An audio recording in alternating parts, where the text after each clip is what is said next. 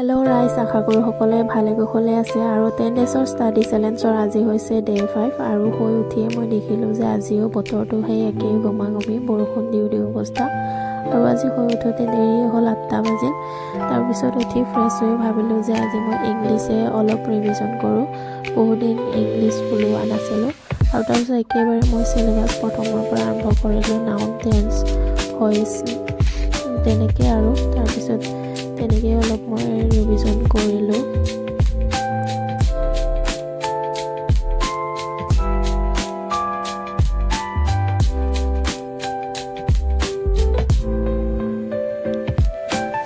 তাৰপিছত পঢ়া হোৱাৰ পিছত গা পা ধুই মই চুইট পটেটো খালোঁ, অলপ ভোক লাগি আছিল যে।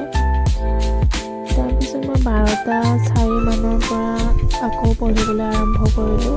নোটছ লিখিব লগা আছিল কিন্তু ভাবিলোঁ যে আজি অলপ পঢ়োঁৱেই, কাৰণ লিখিব একেবাৰে মন যোৱা নাছিল। আৰু আজি মই ইণ্ডিয়ান ইকনমিক্সো অলপ চালোঁ, দুটামান চেপ্টাৰ আৰু